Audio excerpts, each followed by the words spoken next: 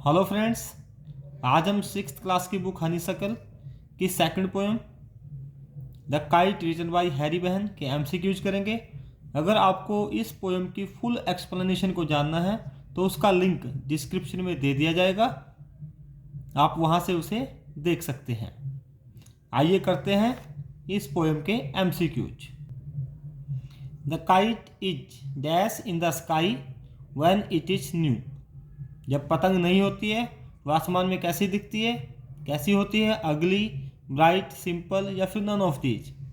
तो काइट बहुत ही ब्राइट दिखाई देती है, जैसा कि हमें पोएम में पता चलता है। What is the colour of the sky?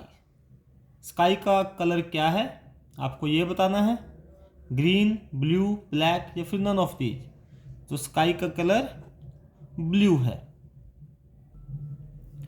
What does the kite snap? Snap का मतलब होता है साउंड करना, क्रैकिंग साउंड करना।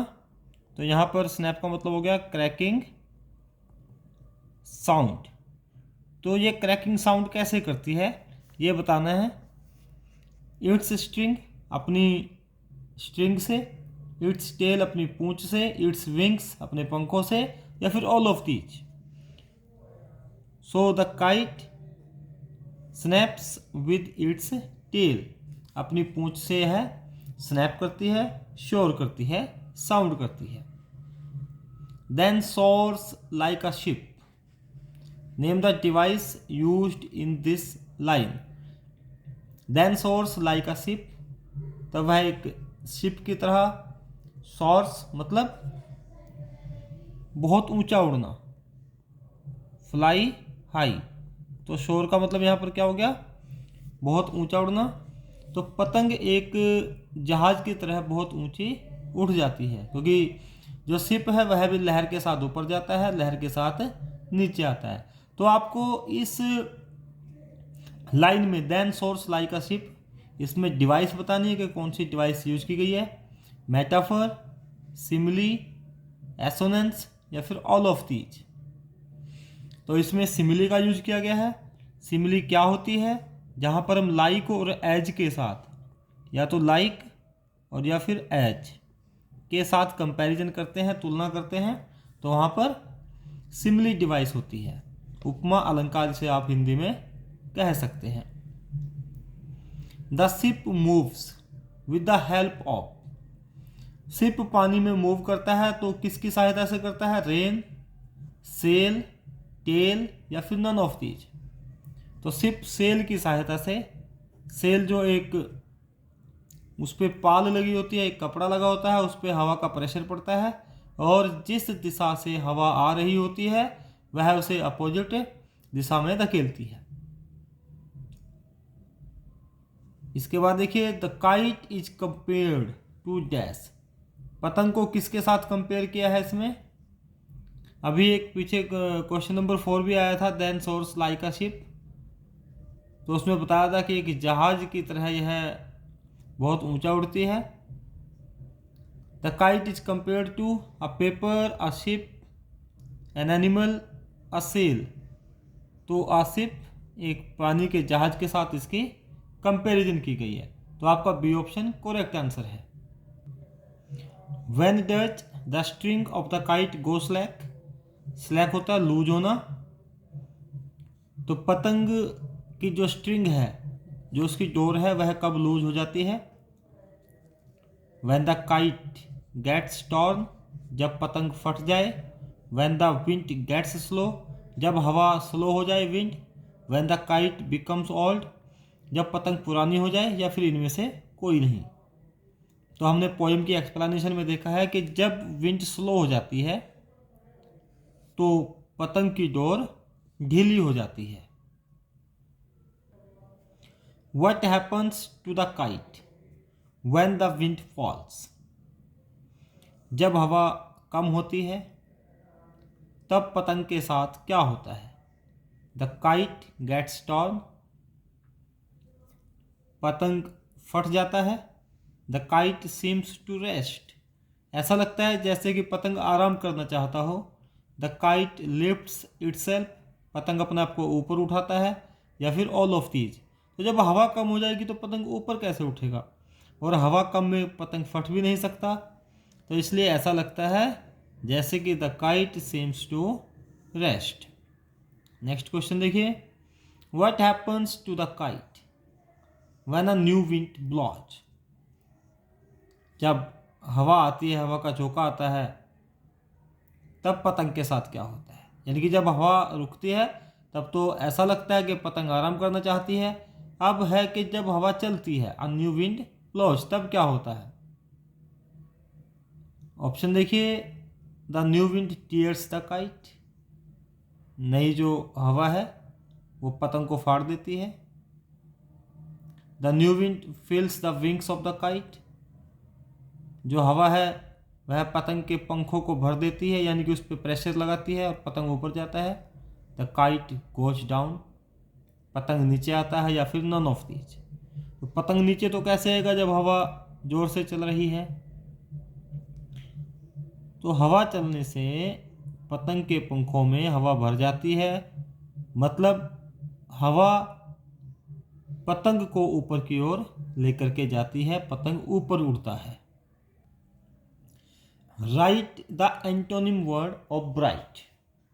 ब्राइट का एंटोनिम, एंटोनिम मतलब उल्टा, इसका उल्टा शब्द क्या होगा, इसका एंटोनिम, इसका विपरीत शब्द क्या होगा।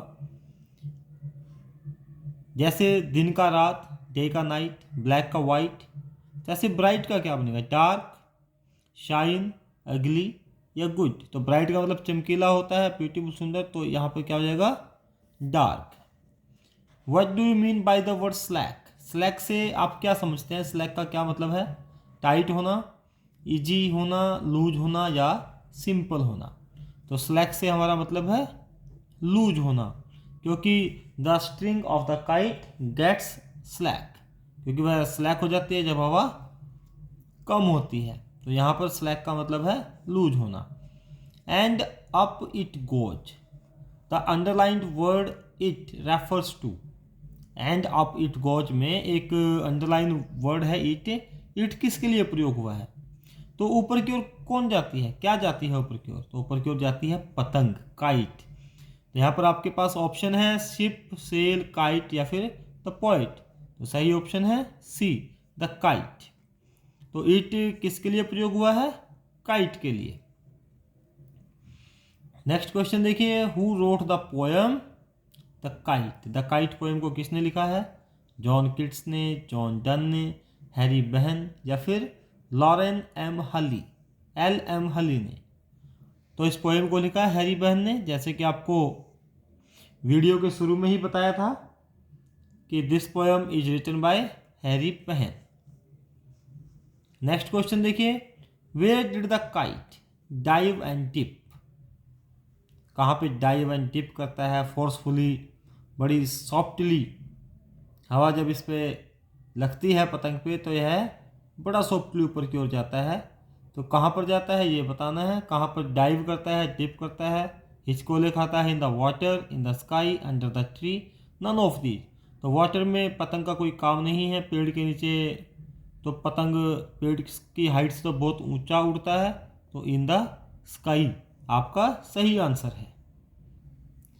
Right the opposite word of fall. Fall का अपोजिट, अपोजिट मतलब उल्टा, एंटोनिम या अपोजिट एक ही बात है।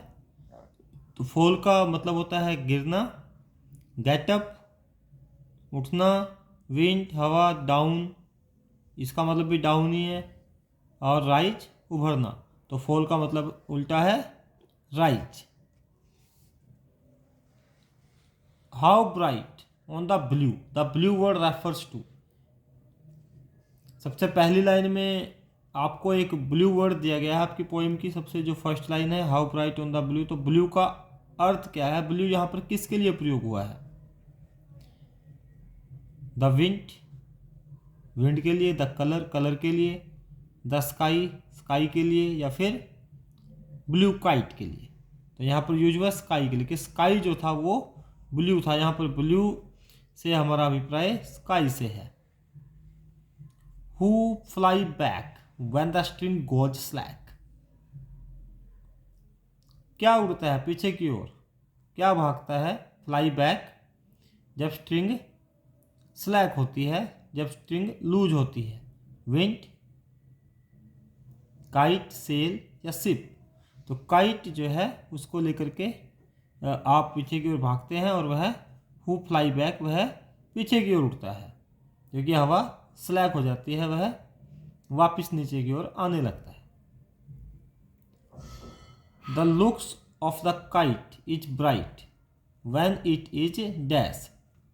काइट की जो लुक्स हैं, जो काइट की सुंदरता है, वह ब्राइट होती है। कब होती है?